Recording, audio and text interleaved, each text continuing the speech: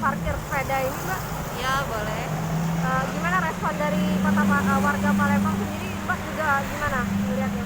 Kalau saya pribadi, saya sangat mengapresiasi pemerintah Kota Palembang dengan menyiapkan halte khusus sepeda karena selain sudah adanya marka jalur khusus sepeda, ada juga ini kan sebagai fasilitas tambahan. Kalau misalnya kita pengen kemana dulu, terus ditaruh di sini bisa ke PS dulu nyari sarapan.